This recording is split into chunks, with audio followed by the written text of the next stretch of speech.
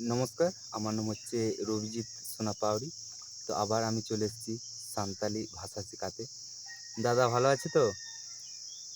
তো প্রথম ভাষা আমি শিখব সুকুমনির কাছ থেকে সাঁওতালি ভাষা। মা গো, আমার খুব জোর খিদে পেয়েছে, আমাকে একটু ভাত বেড়ে দাও। এটা তুমি সুকুমনি সাঁওতালি ভাষায় বলো। সান্তালি ভাষায় এগো দাকা আᱹᱰᱤ ᱡᱳᱨ ᱨᱮᱸᱜᱮᱡ ᱟᱠᱟᱫᱤᱧᱟ দাকা লুয়াኝ মে। মানে হচ্ছে কি, এগো দাকা আᱹᱰᱤ জোর রেᱸᱜᱮᱡ আকাদিয়া দাকা লুয়াኝ মে। তো এটা খুব সোজা, খুব কঠিনও না, আস্তে আস্তে আস্তে আস্তে সব শিখে যাবে।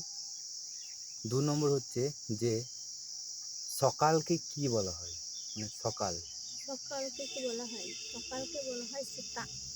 মানে সকালকে বলা হয় সীতা। আর রাতকে, রাতকে বলা হয় নিন্দা। রাতকে বলা হয় নিন্দে। রাতকে বলা হয় নিন্দে।